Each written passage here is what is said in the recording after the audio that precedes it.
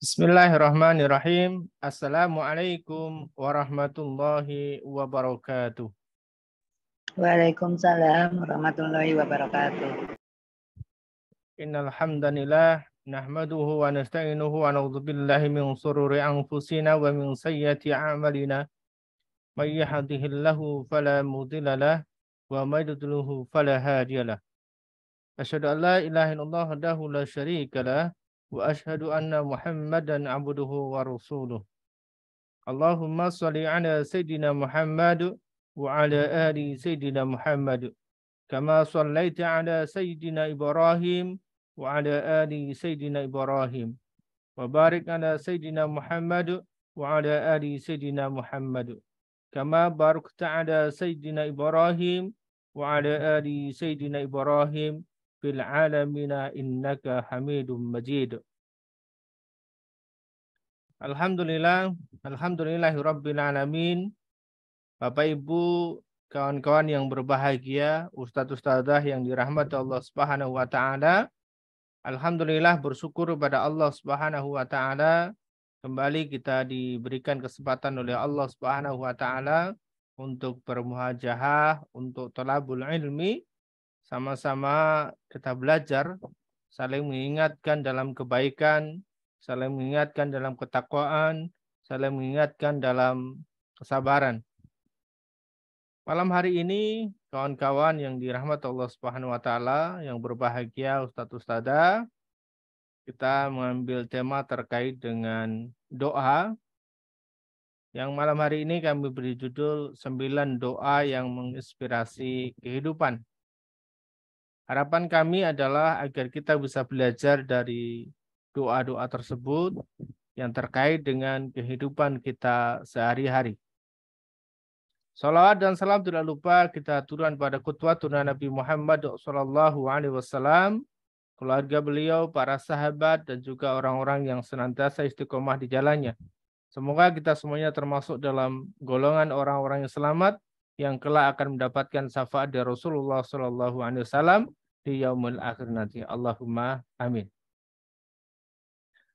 Kawan-kawan, Bapak Ibu yang berbahagia, ustadz-ustadzah yang dirahmati Allah Subhanahu wa taala, izin untuk menyampaikan materinya.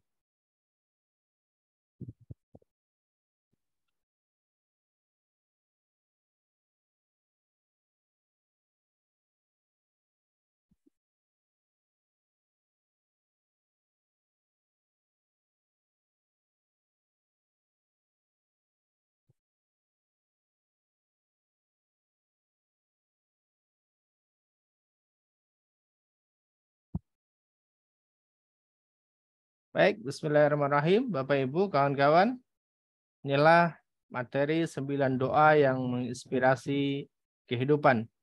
Mari kita sama-sama belajar, mari kita membuka diri kita, membuka hati kita untuk menerima cahaya-cahaya dari Allah Subhanahu wa taala.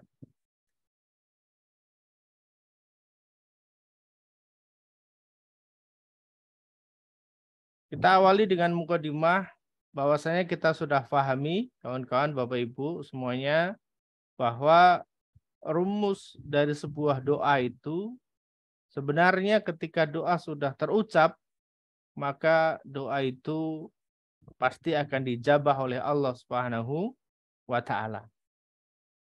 Sebagaimana kita sudah pernah ketahui, kita sudah pernah belajar bahwasanya setidaknya ada 4 cara bagaimana Allah mengabulkan setiap doa-doa dari hambanya. Yang pertama, akan diberikan sesuai dengan apa yang diminta.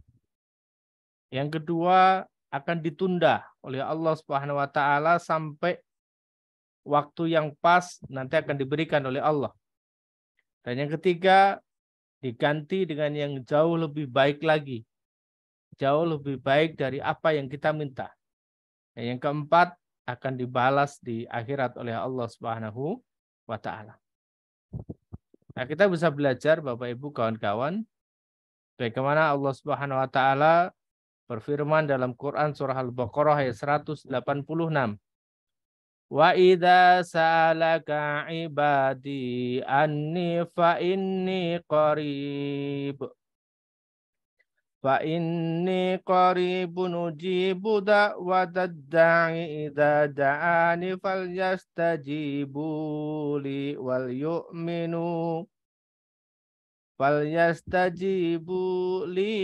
yu'minu bi la'allahum yarshudun.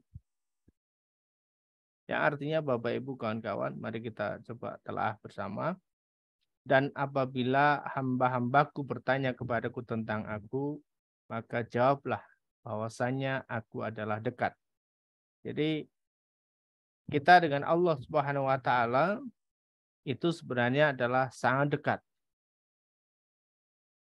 Bahkan saking dekatnya dikatakan oleh Allah Subhanahu wa taala, yaitu disebutkan menggunakan qorib.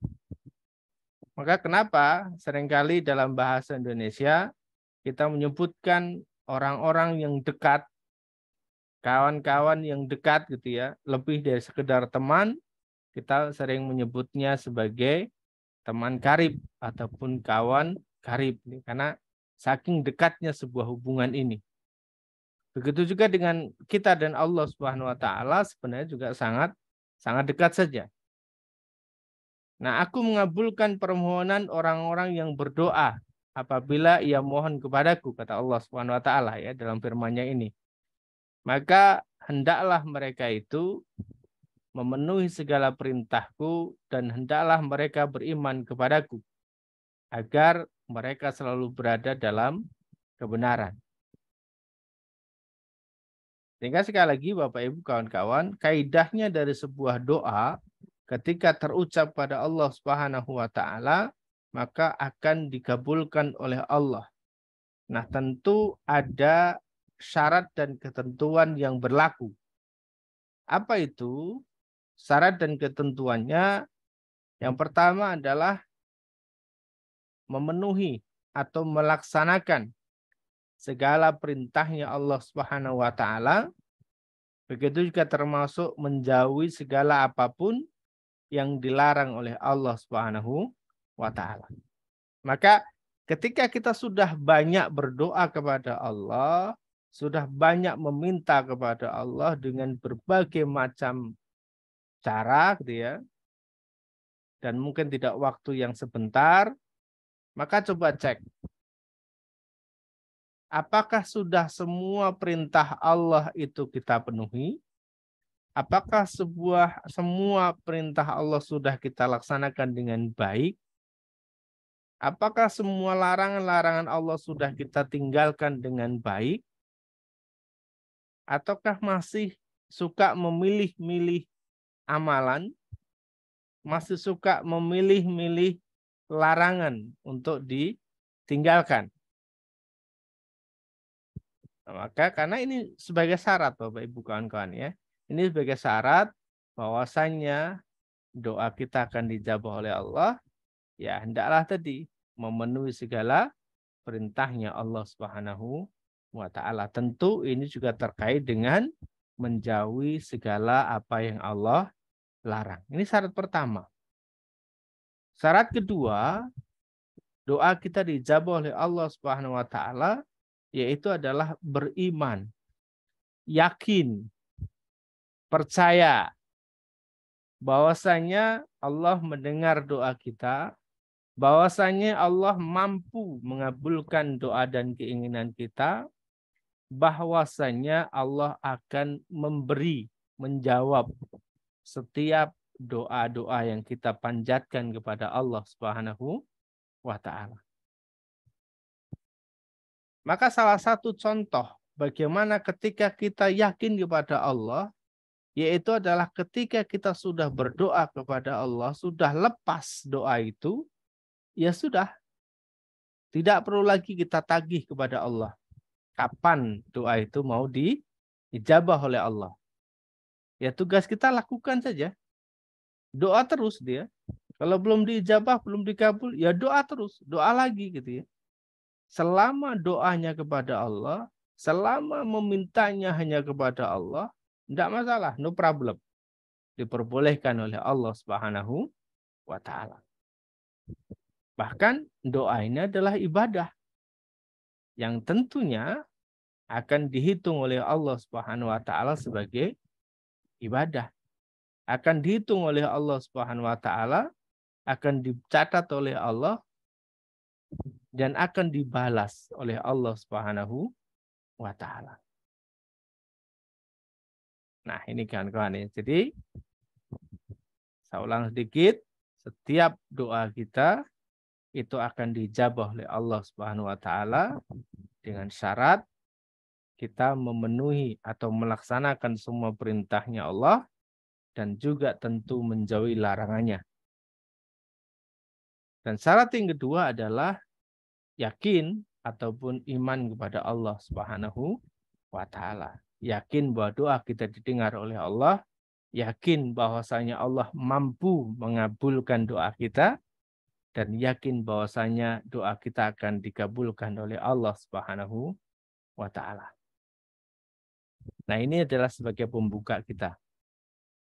Sebagai mukadimah dari kajian kita malam hari ini, kita harus meyakini bahwa setiap doa kita akan dijabah oleh Allah Subhanahu wa taala. Maka jangan pernah takut untuk kita meminta kepada Allah. Yang terpenting adalah kita penuhi ini syaratnya ini, ya. Semaksimal mungkin kita penuhi syarat-syarat dari Allah Subhanahu wa taala. Oke?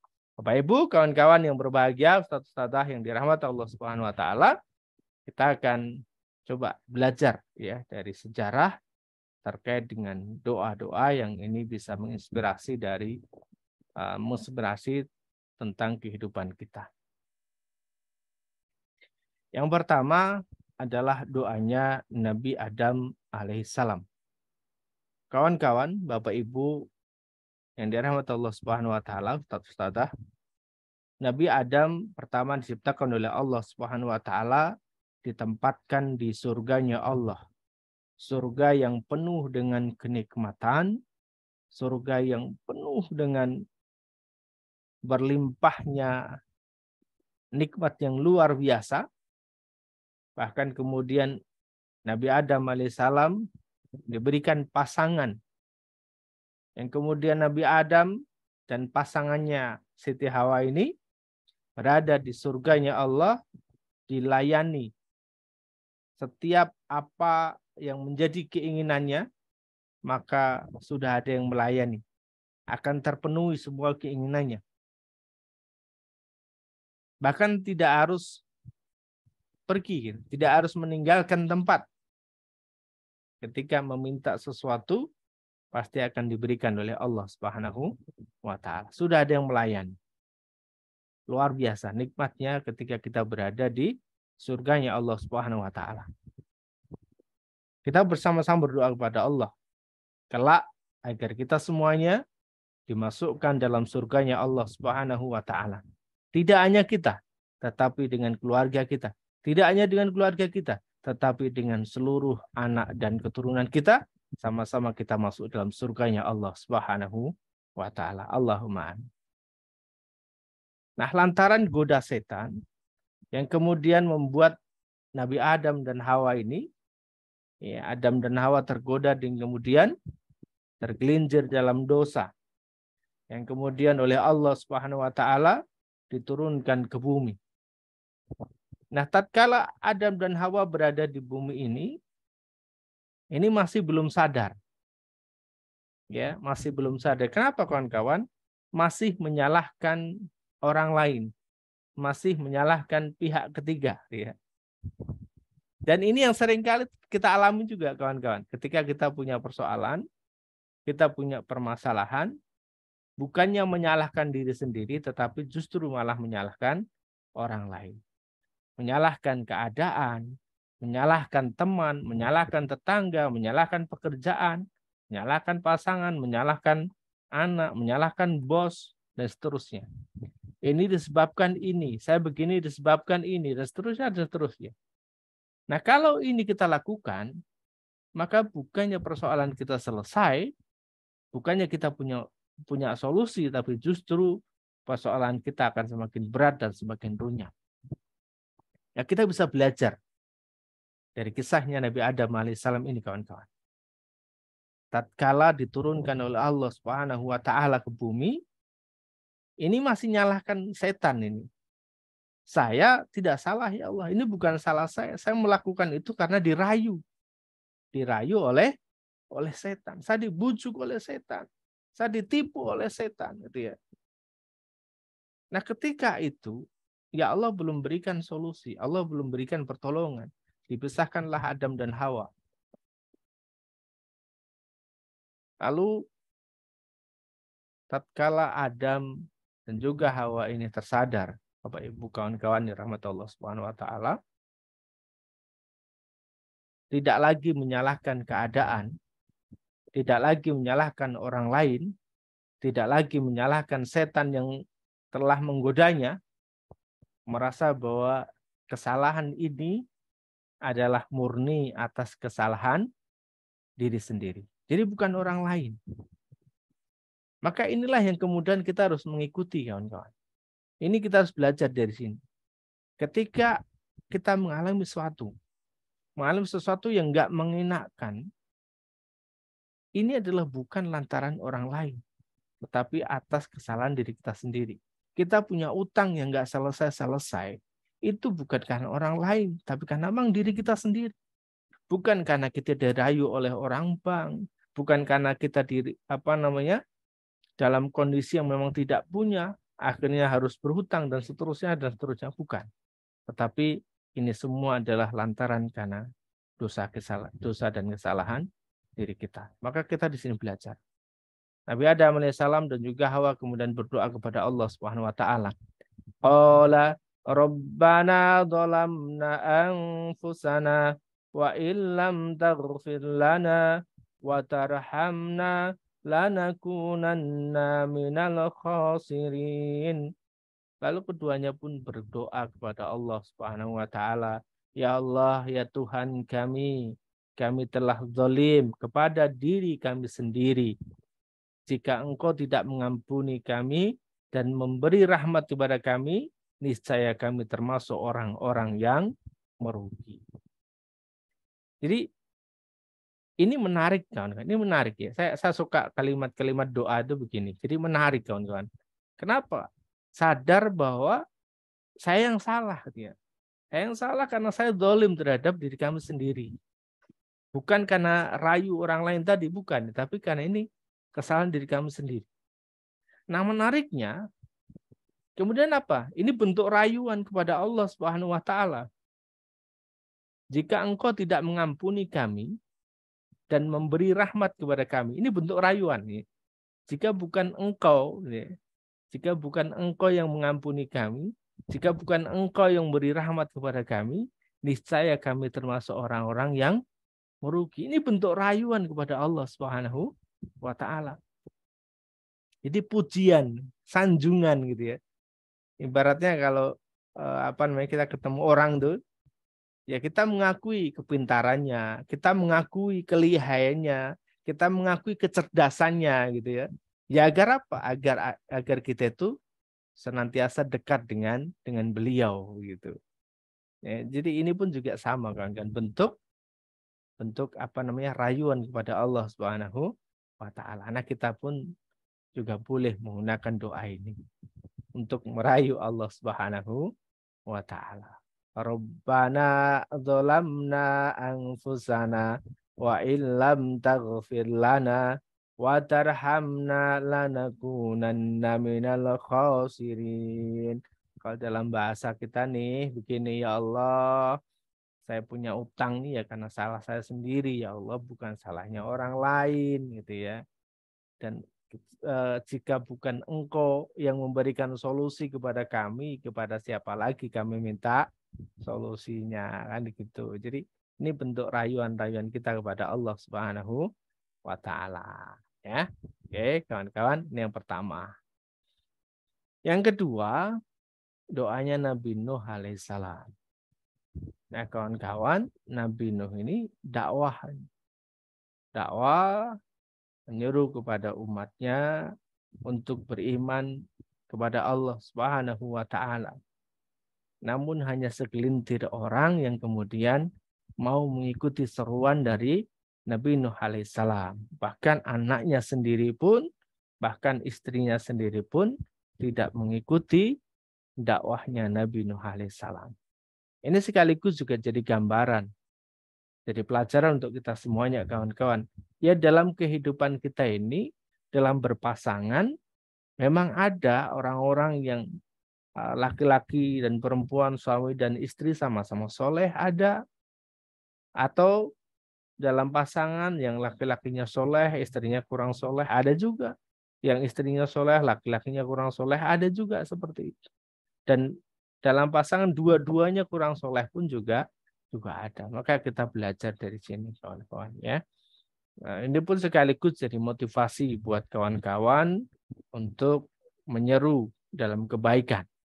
Bahwasanya hidayah itu hanya miliknya Allah Subhanahu wa taala. Jadi kalau kita sudah memberikan saran kepada orang lain, mengajak orang lain dalam kebaikan, dalam ketaatan kepada Allah Subhanahu wa taala, lalu kok kemudian orang ini belum mau mengikuti apa yang kita sampaikan, ya sudah. Itu bukan hak kita, kan? Itu haknya Allah Subhanahu wa taala, itu ranahnya Allah. Tugas kita hanya menyampaikan apa yang bisa kita sampaikan dengan cara yang baik, kan begitu. Terhadap pasangan-pasangan kita ya sudah. Kita doakan mereka. Kita mohonkan ampun pada Allah Subhanahu wa taala. Kita mintakan hidayah, kan begitu, ya.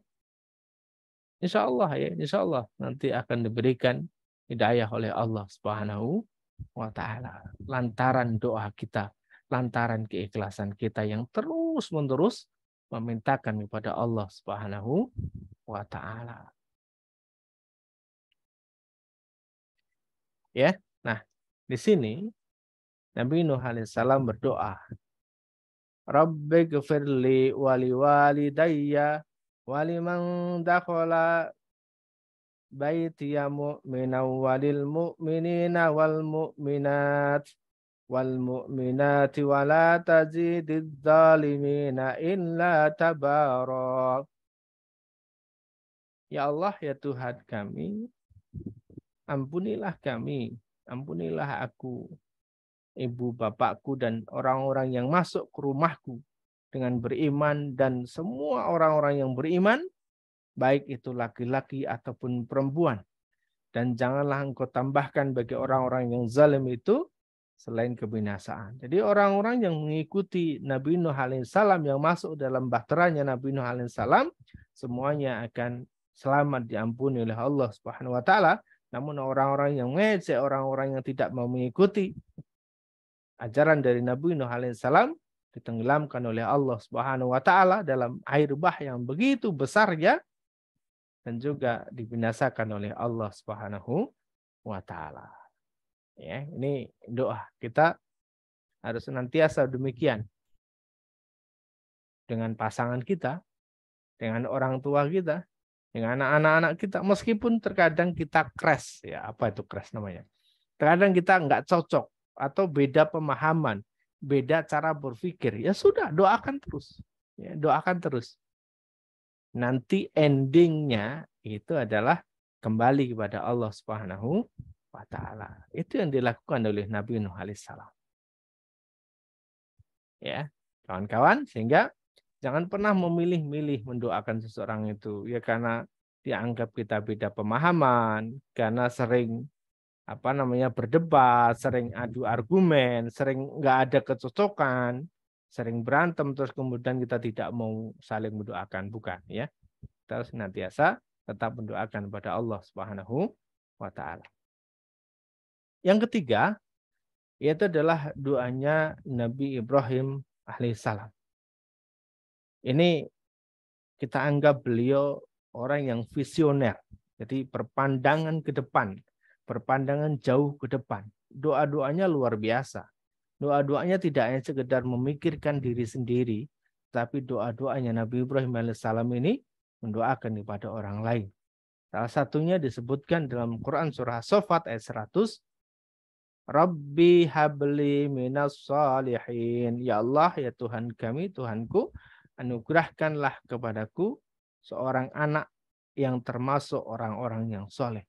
Jadi berdoa kepada Allah karena memang Nabi Ibrahim alaihissalam ketika itu belum memiliki anak, ya, belum memiliki keturunan, sedangkan usianya sudah, kalau dalam bahasa sekarang mungkin sudah sepuh, ya, usianya sudah sepuh, kok belum punya anak, belum punya keturunan. Maka berdoa kepada Allah Subhanahu Wa Taala agar diberikan keturunan. Dan ini pun bukan sekedar minta anak begitu, tidak, tetapi anak yang soleh. Ya, jadi kita bisa minta kepada Allah, termasuk kawan-kawan yang belum punya keturunan gitu ya, ya doa, atau termasuk yang saat ini sedang diberikan keturunan oleh Allah Subhanahu Wa Taala, minta keturunannya ini agar menjadi anak-anak yang soleh dan solihah. Ya, ini diperbolehkan oleh Allah Subhanahu Wa Taala. Lalu doa yang kedua apa? Yang kedua, ini termasuknya, ya. Rabbana hablana min azwajina wa dzurriyyatina qurrata a'yun waj'alna lil muttaqina imama. Ya Allah, ya Tuhan kami, anugerahkanlah pada kami pasangan kami dan keturunan kami sebagai penyenang hati kami. Ya, jadi minta kepada Allah agar diberikan pasangan, keturunan yang menjadi penentram hati. Dan jadikanlah kami pemimpin bagi orang-orang yang bertakwa. Maka kita bisa lihat Bapak Ibu kawan-kawan, dari keturunan Nabi Ibrahim alaihissalam ini banyak yang kemudian nantinya menjadi nabi dan rasul. Ini adalah berkat doanya Nabi Ibrahim alaihissalam. Punya visi dan misi ke depan, jauh ke depan, ya. Minta kepada Allah agar diberikan keturunan anak-anak yang soleh dan solihah, menjadi pemimpin bagi orang-orang yang bertakwa. Nah ini, ya. Nah yang ketiga, nah ini, Rabbi ja'alni muqimmas sholati wa min dzurriyyati Rabbana wa taqabbal du'a. Ya Allah, ya Tuhan kami, jadikanlah aku dan anak cucuku orang-orang yang tetap mendirikan sholat. Ya, disebutkan wa min dzurriyyati. Jadi Nabi Adam, anak dan juga keturunan. Jadi yang didoakan oleh Nabi Ibrahim alaihissalam, mohon maaf ya, yang didoakan oleh Nabi Ibrahim alaihissalam ini tidak sekedar anaknya saja, tetapi dan juga zuriyahnya, dan juga anak serta keturunannya. Untuk apa? Untuk mendirikan sholat.